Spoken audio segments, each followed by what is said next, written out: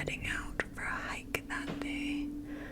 Her roommate was spending New Year's Day with friends, and she didn't realize Meredith was gone until the next day.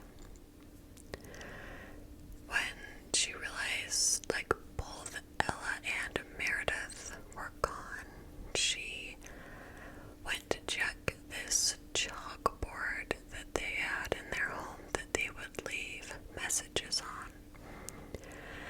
And she saw that Meredith had left for a hike the previous day. And according to her message, Meredith should have been back the previous night. So she realized immediately her friend was missing.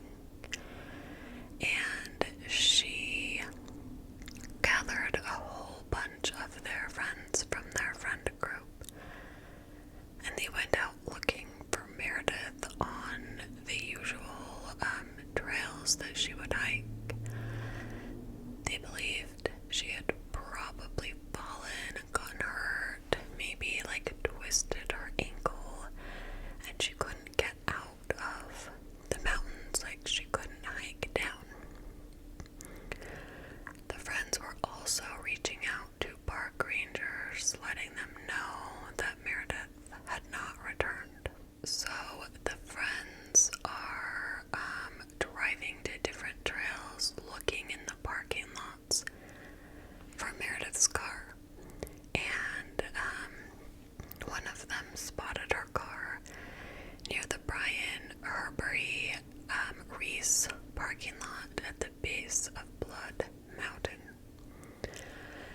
So her friends began to hike the mountain looking for Meredith, but they found no trace of her. And they started to panic. The sun was going down. She's now been missing for 2 days. And they didn't want her to spend another night on the mountain. A cold front was moving in. The sheriff's office joined Meredith's friends in the searches, as well as officers from the Georgia Bureau of Investigations. Law enforcement were told that some items had been found on the trail and turned into a local store. And these items were very alarming to police. They included a leather dog leash, some water bottles, and a police baton. These items were found on an area of the trail that was described as having the ground disturbed. Police were concerned that, given the witnesses' accounts, the people who found the items, it seemed like there had definitely been a struggle. The ground was very disturbed. And the police baton in particular was an alarming thing to find. The water bottles were ID'd as belonging to Meredith. So police created a search headquarters, and they began trying to track down hikers who had been on Blood Mountain the previous day. Many people reported seeing Meredith hiking Blood Mountain with an older guy, and police were even able to get a lead on a van the man had been driving because some hikers had snapped a shot of themselves in the parking lot before they headed up the mountain, and the man and his van were right behind him in the picture. So a polo was issued for the man and his van, and it was reported that he also had a reddish dog with him on the trail. Many people showed up to help search. In fact, so many that police had to turn people away. But this was more than a lost hiker. Meredith had been seen with this older man that police were able to identify as Gary Hilton. Tips came in from people who knew Hilton, and police ran the info. They pulled his information, and they found out that he was 61-year-old Gary Michael Hilton. They printed off his driver's license photo and showed it to the hikers who had seen Meredith hiking that day, and they all ID'd him as the man who she had been with. Police released Gary's picture to the media, saying he was wanted for questioning in a missing persons case. And the story hit like the national news pretty quickly. And people in Tallahassee saw Gary's photo, and he looked super familiar because he had been hanging out in Tallahassee around the time that Sherry Dunlap, a mother of two and nurse, had gone missing. So when Cheryl didn't show up for church one day in December of 2007, so this is like 1 month before she went missing. So this is like 1 month before Meredith went missing. Her friends were concerned. She never missed church. And when she failed to show up for work the following day, her family reported her missing.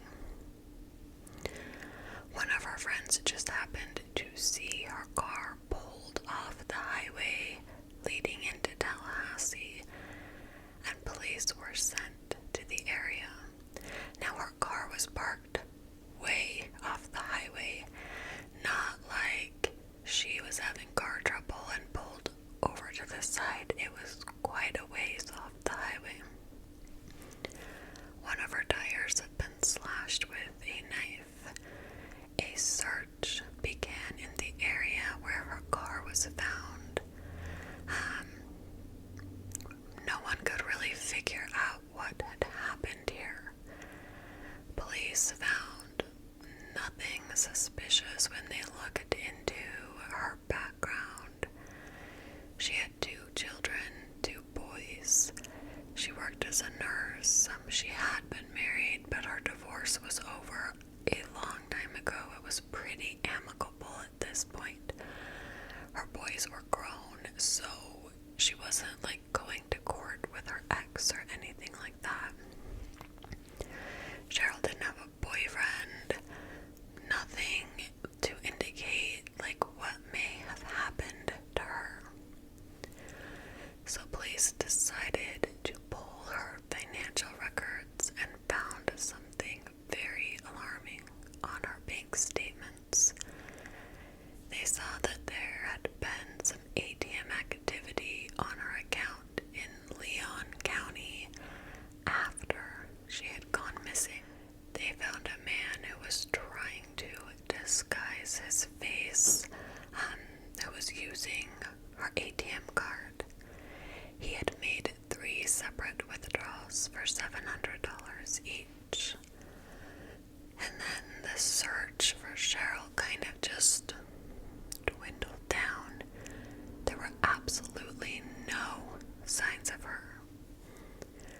About 2 weeks later, some hunters found the remains of a woman, but her head and hands were missing. Obviously, the head and hands had been removed to try and stop police from IDing the woman, but a simple DNA test confirmed that it was the remains of Cheryl Dunlap. And police began looking for the person who killed her, and their interest peaked when they heard of another woman who had been killed in another national forest over in Georgia. In the meantime, back in Georgia, Meredith's parents, who lived in Colorado, had flown in to join the search for their daughter. They did a press conference,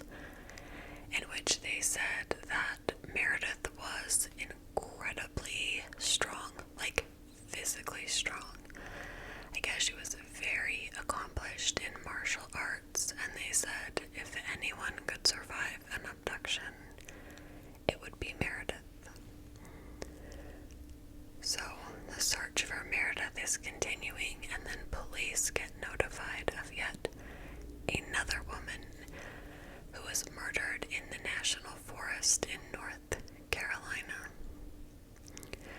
So John and Irene Bryant had retired in North Carolina. They had lived in upstate New York. And when they retired, they wanted to go somewhere warmer. They loved the outdoors and they loved hiking. They had hiked all over the world. Like every vacation they went on, they would look up the cool hikes and do them. They hiked in Europe. They hiked in America. Very, very experienced hikers. In October of 2007, 2 months before Meredith went missing, the couple headed to the Pisgah National Forest for a hike. Their children just stopped hearing from them. Obviously, their children were older, and no one knew exactly where they had gone, but all of a sudden, none of their 4 children could get a hold of them. Nobody knew where they went. So their son ended up flying from Texas to North Carolina. And he went to their home and he saw that there were all of these newspapers piled up on the front porch. The house was locked, so he actually broke into it. There was like some food out on the table, like they had had breakfast and left, but the food was like moldy. It was obvious they hadn't been home in quite a while.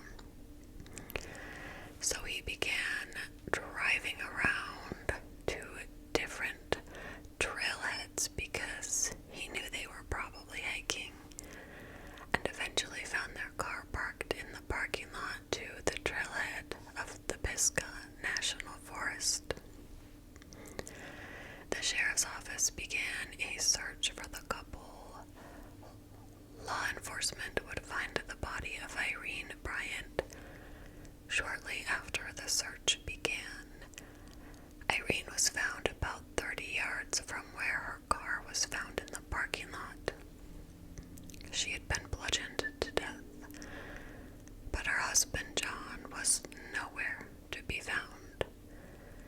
And while a search looking for John began, police began pulling info for the couple and found that their ATM cards were being used to make large withdrawals in Tuxtown, Tennessee. The man who had taken out the money had kind of successfully hidden his face, so police weren't able to get a clear shot of it, although they knew it was not the 79-year-old missing husband, John.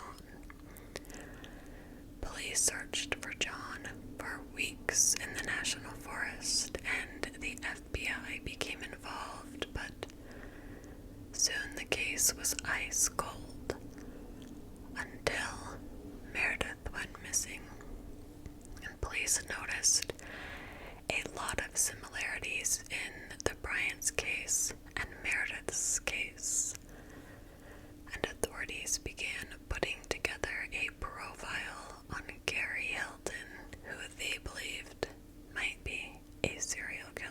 Police knew he had this reddish dog named Dandy who was always by his side. In 2007, people who knew him said he began acting very erratically. One day he was just missing a bunch of teeth, and he told his friend that he had just used some pliers to pull them out, and then he began threatening to kill people.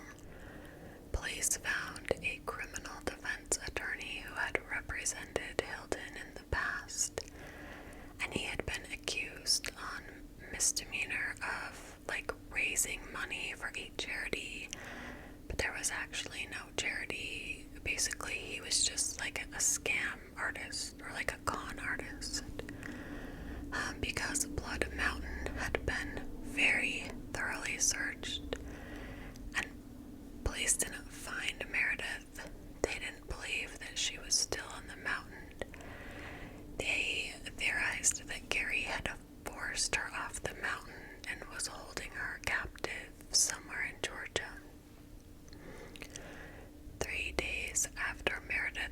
missing, Gary Hilton called his old boss, and he was just acting totally normal. And his old boss was like, okay, he has to know that, like, the whole world is looking for him. So this guy used to hire Gary Hilton to do odd jobs here and there. So he decides to try to, like, lure Gary Hilton out so police can arrest him. So he tells him that he has a check for $700 for him, and they arrange a place to meet to pick it up. The SWAT team was dispatched to the scene where Gary Hilton was supposed to pick up the check, but he never showed up. Friday morning, 4 days after Meredith had gone missing, the U.S. Marshals traced some bank activity on Meredith's bank card to a local bank about 15 minutes away from where she had been abducted. And then again, there was another transaction at a bank 50 miles away, and then another one 80 miles away.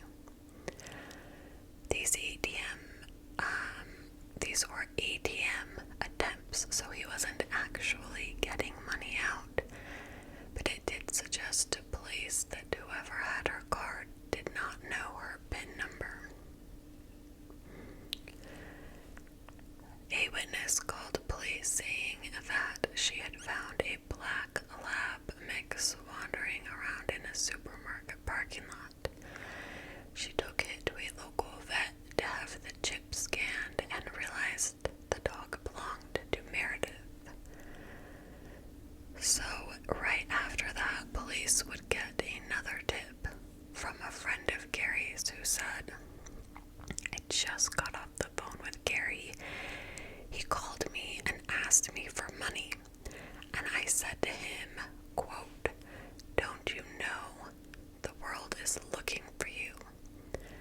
And he hung up." Police traced this call and found that it came from a gas station payphone near where Meredith's dog had been found. So they headed to this gas station to investigate. And while searching the area, inside a dumpster outside of the gas station, they found Meredith's driver's license, Meredith's purse, and bags of bloody clothing. Everyone in the nation was tuning into the evening news to hear updates on the case of the missing woman out of Georgia.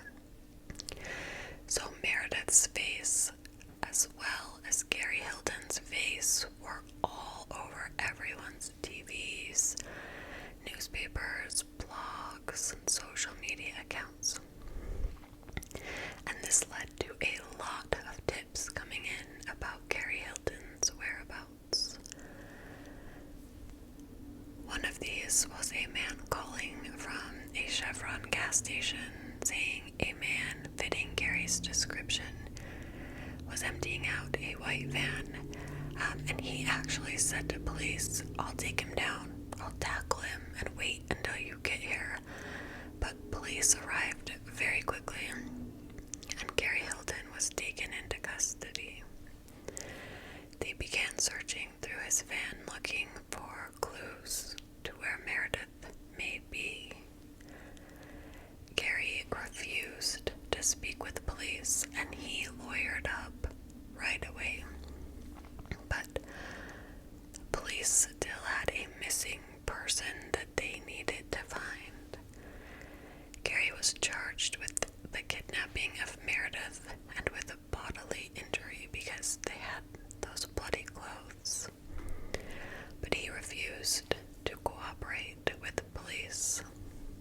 Soon, police had shifted for the search of Meredith on Blood Mountain to the search of Meredith in an area called Dawson's Forest, which was about 30 miles away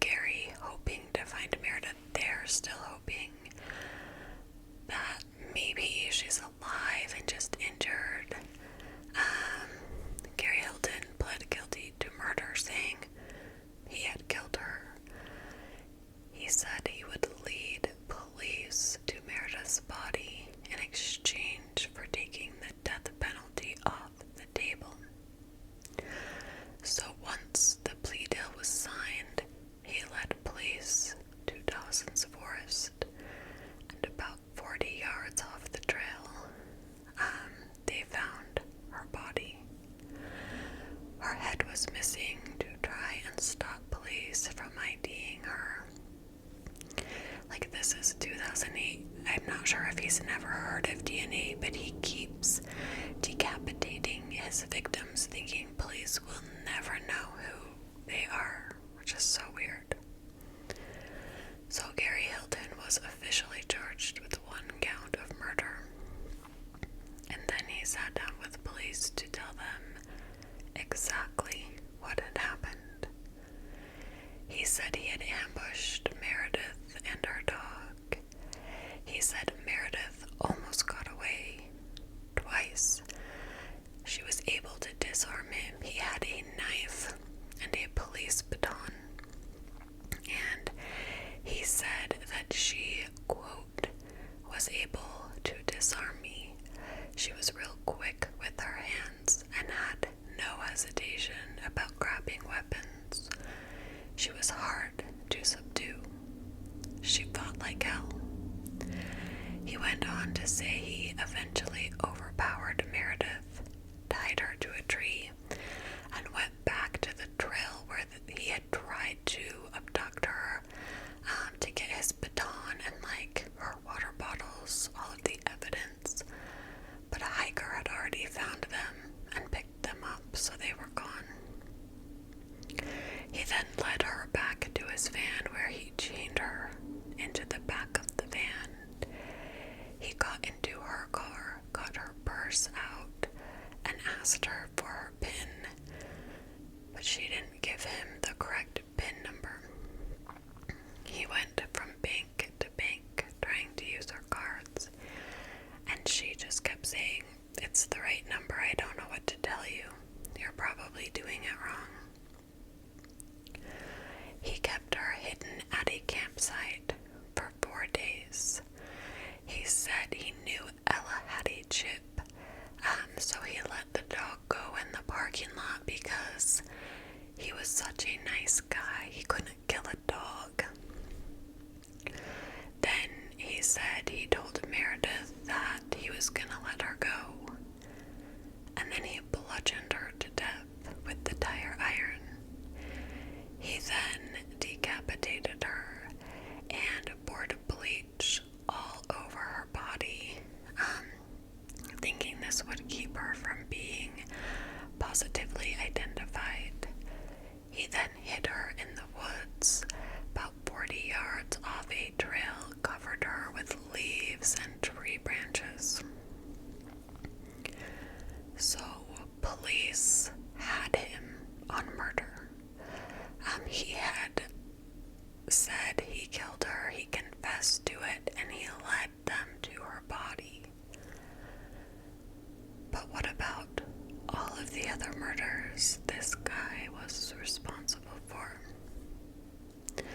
You guys will have to join me for part 2 of this case, where we will delve more into who was Gary Hilton, this serial killer, and we will get into the other cases that I have mentioned while talking about Meredith's murder. Thank you guys so much for joining me for another true crime video.